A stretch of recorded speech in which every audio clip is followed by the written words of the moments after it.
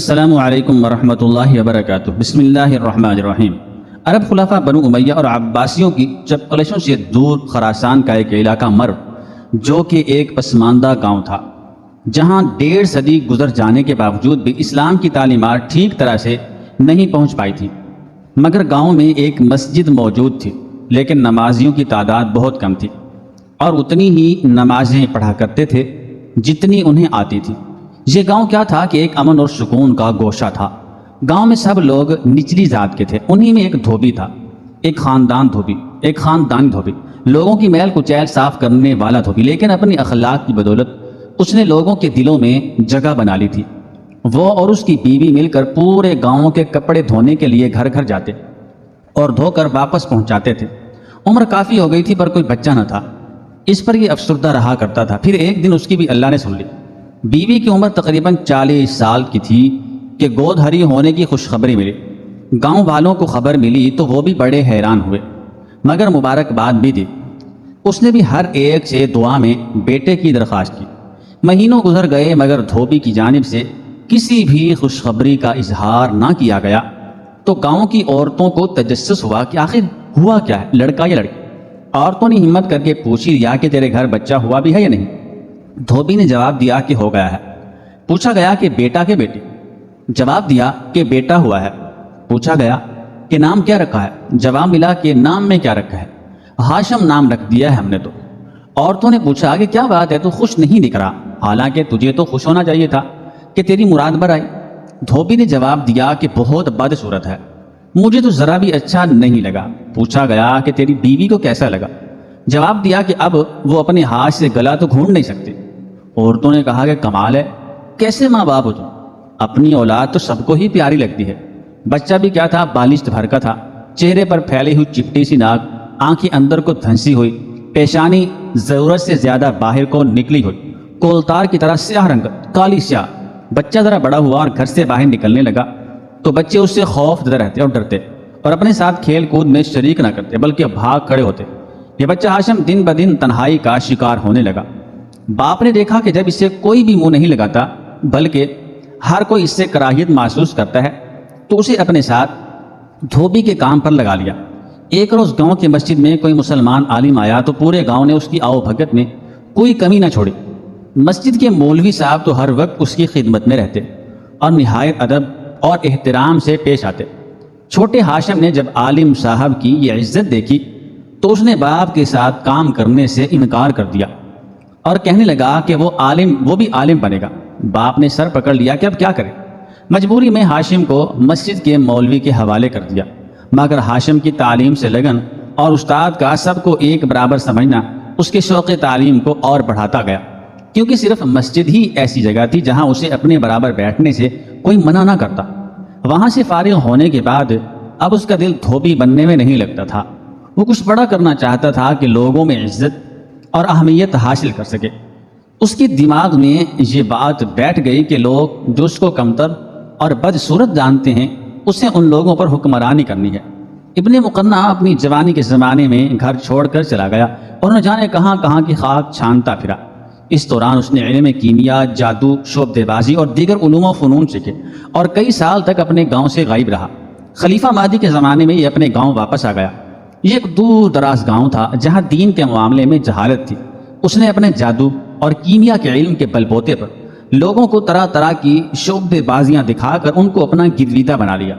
جب لوگ اس سے بہت زیادہ متاثر ہو گئے تو اس نے پیغمبری کا دعویٰ کر دیا۔ جب خاصے لوگ اس پر ایمان لے آئے تو انہیں لے کر ماورا نہر کے علاقے کش میں پہنچ گیا۔ دشوار گزار پہاڑی راستوں کے درمیان یہ علاقہ اس کے مذموم مقاصد پر پورا اترتا تھا۔ وہاں اس نے ایک قلعہ تعمیر کر دیا۔ دور دراز اور دشوار پہاڑی علاقہ ہونے کی وجہ سے جنگ میں اسے مضبوط دفاع حاصل تھا۔ اس نے وہاں سے گزرنے والے قافلوں کو لوٹنا شروع کر دیا اور اپنے پیروکاروں پر لوٹ مار حلال قرار دے دی اور ان کو حکم دیا کہ وہ بھی اپنے گھر والوں کے ساتھ قلعہ میں ہی رہائش اختیار کریں۔ غرض اس لوٹ مار سے اس نے بہت دولت حاصل کر لی۔ یہ لوگ لوٹ مار کرتے اور پھر قلعہ بند ہو جاتے۔ اس علاقے میں وہ دور دور تک مشہور ہو گیا، لوگ اسے دیکھنے اور اس سے مناظرہ کرنے آتے تھے۔ کہا جاتا ہے کہ اس کو کوڑ کا مرض بھی لاحق ہو گیا تھا، جس کی وجہ سے اس کی ناک اور ہونٹ گل کر جھڑ چکے تھے۔ اب اس نے اپنی بدصورتی چھپانے کے لیے سونے کا ماسک یا نقاب پہننا شروع کر دیا تھا، جسے یہ ہر وقت چہرے پر چڑھائے رکھتا تھا۔ اس نے مشہور کر دیا کہ توبہ نعوذ باللہ، جبرائیل علیہ السلام نخشب کے ایک مقام پر اس سے کلام کرتے ہیں اور اس کو حکمت کی باتیں بتاتے ہیں۔ ان کے حکم کے مطابق عام گناہگار انسان اس کا چہرہ دیکھنے کے روادار نہیں ہے، اس لیے وہ اپنا چہرہ چھپا کر رکھتا ہے۔ بہت سے لوگوں اور بغداد کے علماء نے اسے جھوٹا کہہ کر معجزہ دکھانے کو کہا، تو اس نے ایک نقلی چاند بنایا جو نخشب کے علاقے کے ایک کنویں سے طلوع ہوتا تھا۔ نخشب ترکستان کے ایک شہر کا نام ہے جسے ترکی میں قرشی کہتے ہیں۔ علماء اور ماہرین کا خیال ہے کہ اس نے ماہ نخشب بعد فلزات مثل سیما وغیرہ کی لاگ سے بنا کر نکالا تھا، جو 2 مہینے تک غروب نہیں ہوتا تھا اور 4 فرسنگ یعنی 15 میل تک اس کی روشنی پہنچتی تھی۔ یہ چاند سیماب اور چاندی کے اجزائے ترکیبی اور مقنع کے فن شعبدہ بازی کا کمال تھا۔ ضعیف العقیدہ لوگ اسے خدا سمجھ بیٹھے۔ وہ چاند نخشب کے کنویں سے طلوع ہوتا اور تقریباً 15 میل کی مسافت کو روشن کرتا تھا۔ یہ ایک حیرت انگیز بات ہے، کیونکہ آج سائنس کی حیرت انگیز ترقی کے باوجود سائنسدان بجلی کے ہوتے ہوئے کوئی ایسا بلب ایجاد نہیں کر سکے ہیں جو اکیلا بلب اتنے بڑے علاقے کو روشن کر سکے۔ ویسے انسان بھی بڑی عجیب سی نفسیات رکھتا ہے کہ روزانہ اللہ تعالیٰ کی بے شمار نشانیاں اور تخلیقات دیکھتا ہے، سورج، چاند، ستارے، بادل، بارش، بجلی، زمین سے پھوٹتے بیج، لیکن ان سب نعمتوں سے مستفید ہونے کے باوجود اپنے حقیقی رب پر اس کا ایمان ڈاواں ڈول ہی رہتا ہے، اور چھوٹے موٹے شعبدہ بازوں، جعلی پیروں اور عاملین کے شعبدے دیکھ کر دل سے ان کا معتقد ہو جاتا ہے۔ حالانکہ حضرت ابراہیم علیہ السلام کی مثال ہمارے سامنے ہے، جو خدا کو اپنی فراست سے جان گئے تھے۔ ابن مقنع کے چڑھائے اس چاند کی خبر دور دراز تک پہنچ گئی اور لوگ جوق در جوق اس کے پیروکاروں میں شامل ہونے لگے۔ بہت سے لوگ گمراہ ہوئے اور اس کو سجدہ کر کے خدا مان لیا۔ مقنع کے پیروکار رات میں چاہے نخشب کے گرد جمع ہو جاتے اور پھر مقنع چاہے نخشب سے چاند طلوع کرتا، جو کافی بلندی پر جا کر معلق ہو جاتا اور ہر طرف روشنی پھیل جاتی جو میلوں دور تک نظر آیا کرتی تھی۔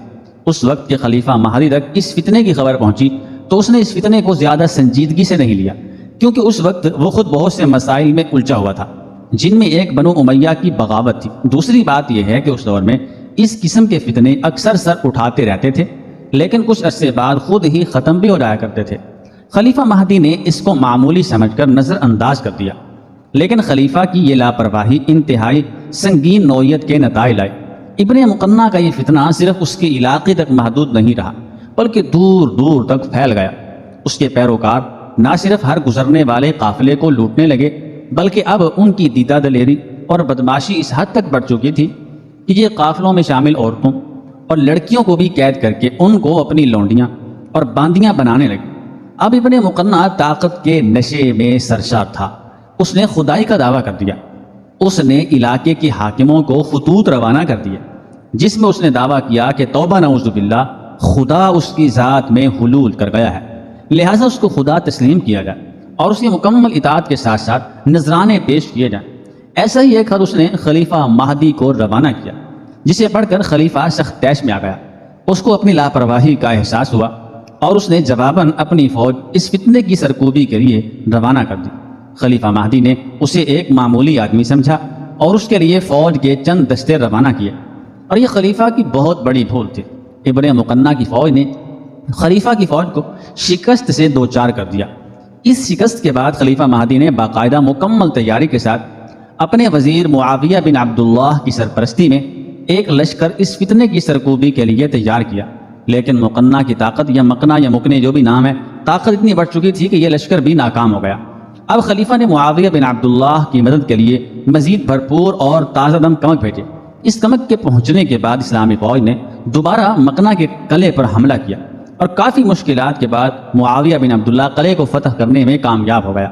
اپنی شکست دے کر ابن مقنع نے قلعے کو آگ لگا دی اور اپنے پیروکاروں کو اس میں کودنے کا کہا اور خود قلعے سے فرار ہونے کی کوشش کی۔ یہاں تاریخ کا اختلاف ہے، بعض جگہ مورخین نے لکھا ہے کہ اس نے اپنے پیروکاروں کو زہر دے دیا تھا۔ بہرحال قلعے سے فرار ہونے کی ناکام کوشش میں وہ پکڑا گیا۔ حکیم مکنے کی موت کے بعد موت کے متعلق مختلف روایتیں ہیں۔ بعض لوگ کہتے ہیں کہ مسلمان قلعے میں داخل ہو گئے اور انہوں نے مکنے کو قتل کیا۔ بعض لوگ کہتے ہیں کہ اس نے پہلے اپنے تمام رفقا اور رشتہ داروں کو زہر پلایا اور پھر خود بھی زہر پی لیا۔ ایک روایت یہ ہے کہ اس نے ایک گڑھے میں آگ جلوائی اور اپنے معتقدین کو جمع کر کے کہا کہ جو لوگ میرے ساتھ فردوس بری میں رہنا چاہتے ہیں وہ اس آگ میں میرے ساتھ کود جائیں۔ چنانچہ بہت لوگ اس آگ میں کود گئے، ان میں حکیم مقنع بھی تھا۔ اس کے خاندان کی ایک عورت جو اس واقعے میں بچ گئی تھی، اس کے کہنے کے مطابق مقنع نے ایک بڑی دعوت کی جس میں اس کے خاندان کے تمام افراد، بیویاں، لونڈیاں، کنیزیں اور قریبی رفقا شامل تھے۔ سب کو کھانے میں زہر کھلا دیا۔ اس کے بعد اس نے آگ کا ایک گڑھا روشن کر کے اپنی نقاب اتاری اور سر کے بل اس الاؤ میں خود کو جھونک دیا۔ اس عورت کا کہنا تھا کہ اس نے پہلی بار مقنع کو بغیر نقاب کے دیکھا تھا۔ اس کا چہرہ انتہائی بدنما اور گھناؤنا تھا۔ اس کے سپاٹ گلے سڑے چہرے سے ناک اور ہونٹ گل کر گر چکے تھے۔ اس کی کچھ انگلیاں بھی جھڑ چکی تھیں۔ مقنع کے بنائے چاند کے متعلق دور جدید میں ماہرین مختلف تھیوریز پیش کرتے ہیں۔ کوئی کہتا ہے کہ اس نے پارے اور چاندی کے املغم سے کوئی دیو ہیکل محدب عصا یا کرہ تیار کیا تھا جو چاند کی روشنی کو کئی گنا زیادہ روشن منعکس کرتا تھا۔ کچھ کہتے ہیں کہ اس نے کوئی ایسا میکانیکی آلہ تیار کیا تھا جو اس کرے کو بہت بلندی پر لے جاتا تھا، لیکن عام خیال یہی ہے کہ کچھ علم کیمیا کے ساتھ ساتھ چاہے نقشب کے اس چاند میں مقنع کی جادوگری، شعبدہ بازی اور نظر بندی کا کمال بھی تھا۔ چاند کا یہ خدا 8 سال لوگوں میں اپنی جھوٹی خدائی کے دعوے کرتا رہا، لیکن بالآخر اپنے انجام کو پہنچ گیا۔ ابن مقنع کی موت کے بعد اس کا چڑھایا ہوا چاند چند دنوں تک آسمان کو روشن کرتا رہا، لیکن ایک دن چاہے نقشب میں ڈوب کر ٹوٹ گیا اور ہمیشہ ہمیشہ کے لیے غروب ہو گیا۔